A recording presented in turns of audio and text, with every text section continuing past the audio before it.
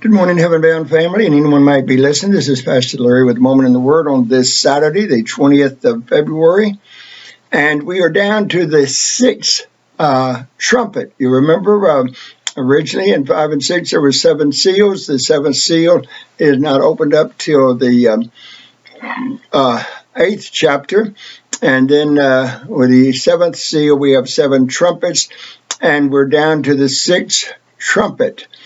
And when we get to the seventh trumpet, then there'll be seven vials or seven bowls of wrath, God's wrath poured out.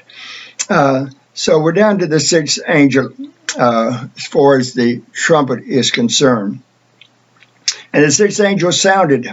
I'm in Revelation chapter 9, verse 13 through 21.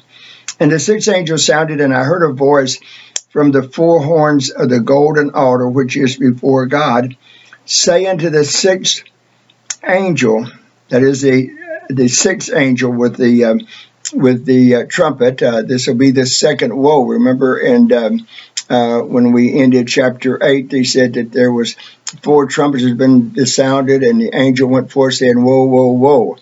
And that is a woe for the fifth trumpet, which we studied in chapter 8. There are chapter 9, verses 1 through 12. Now we're down to the sixth trumpet, and it says here that the sixth angel which had the trumpet loosed the four angels which are bound in the great river Euphrates. And the four angels were loosed which were prepared for an hour and a day and a month. Now then, who are these four angels? Certainly they're not good angels. These are bad angels because they're easily classified by the bad that they're going to do. Evidently, they are four angels who have been bound in a place there near the river of Euphrates, and they have been bound there for a specific time that God has designated. Understand, God has a program. God's working his program, and God has prepared that in a certain year, in a certain month, at a certain day, at a certain hour, he's going to say, charge, if you will. He is going to have the angel with the sixth trumpet blow, and the angel is going to unlock the, is going to loose these four wicked angels, and they're going to come forth to do battle. Now then, so here it said, the four angels were loosed, which were prepared for an hour and a day and a month and a year, for to slay the third part of men. So these four angels are going to bring about the destruction of a third of the earth's population. You remember back in chapter 5, a fourth part of the earth was destroyed, and now then another a third part of those that are left and are going to be destroyed. They're going to die as a result of this sixth trumpet, these four angels. They were loosed, which and the number of the army of the horsemen were 200,000. In other words, 200 million strong army. Now there is a great division on who these 200 strong armies are. Dr. Clarence Larkin, in his book on Revelations, who I have utmost respect for, along with Raymond Dodd, believe that these angels will be, or that this army will not be a literal army, but that it will be a spiritual army. And they point out that in the past, spiritual angels have been actively involved. In other words, horses with a chariot came between Elijah and Elisha and separated Elijah from Elisha, and then the whirlwind took him up to heaven. Also, 4 chapters later, in the 6th chapter, that would be in the 2nd chapter of 2 Kings, I believe it is, the 6th chapter, in the city of Dothan there, an army comes down against Elisha, and the young prophets are at Dothan, and Elisha prays, and God opens the eyes of the young prophet, and he sees the hills, the mountains are full of angels with chariots and so forth. And so they point out that there never has been, never could be, 200 million strong army here on earth, that these are spiritual armies, that the horses, while they may look like horses, they have the head of a lion, and that the power is in their tail, as we will see. Dr. David Jeremiah, on the other hand, he believes that this is a literal army, and he has reason for believing that. If you turn over to the 16th chapter, remember, after the 7 trumpets are sounded, the 7th trumpet is going to bring in 7 bowls of wrath that God is going to pour out upon the earth. And if you look in chapter 16, verse 12, it says, "And the 6th angel poured out his vial upon the great river Euphrates, and the water thereof was dried up."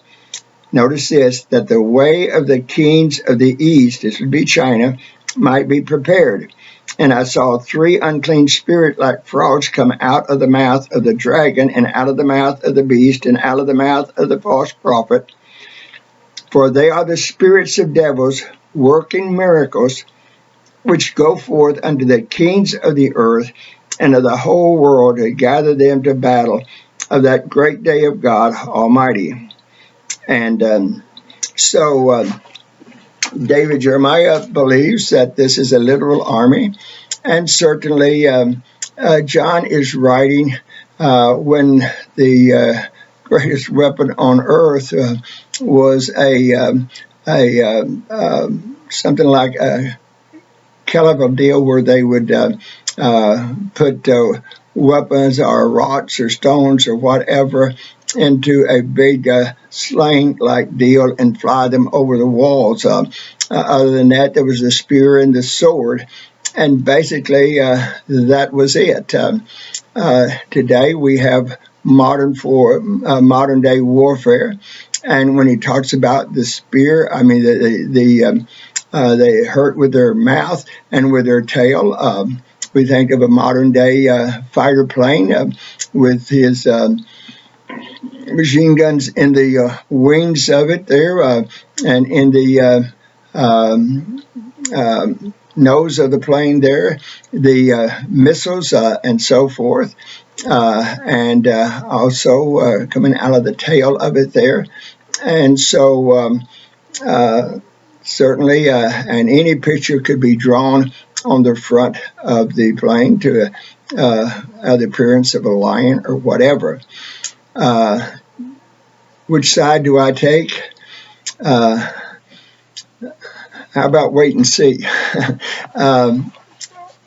I am not smart enough to tell David Jeremiah that he's wrong, nor am I smart enough to tell Clarence Larkin that and Raymond Dobbs that they're wrong.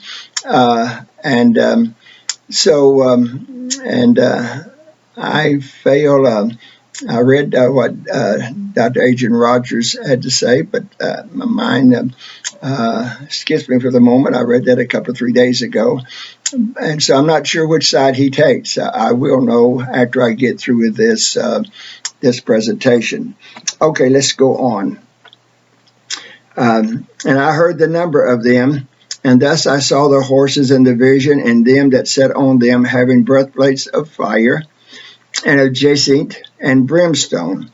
And the heads of the horses was as the head of lions, and out of their mouth issued fire and smoke and brimstone. Certainly in the natural realm or in the spiritual realm, there could be such a creature. For God can create whatever God chooses to create, and allow Satan to develop whatever he chooses to allow Satan to develop.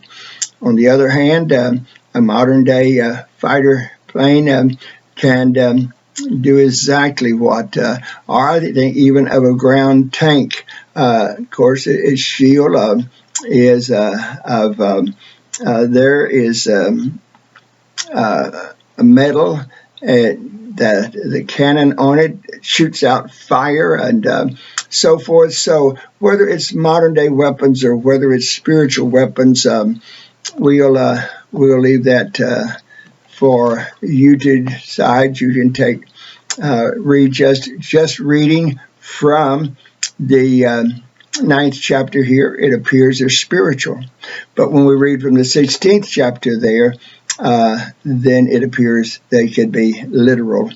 And in all honesty, I'm not smart enough to tell either of these four guys that they're wrong. Let's just go on with it. It says here, for their power is in their mouth and in their tails. For their tails were like unto serpents, and had heads, and with them do hurt. And the rest of the men which were not killed by these plagues, yet repented not of the works of their hands, that they should not worship devils or demons, and idols of gold and silver, brass, stone, wood, which neither can see, nor hear, nor walk. Neither repented they of their murderers, nor of their sorcery, nor of their fornication, nor theft. We we consider the purpose of this army would be to bring destruction upon a third of the men of the earth. First of all, no doubt, to punish sin. We've said all along, one of the purposes of the tribulation period is to purge Israel. And certainly Israel is going to get a bunk of that which is happening. After all, the enemies are all coming down against Israel, and 2/3 of Israel, the Jews there in Jerusalem, will be killed, according to Zechariah 13:8.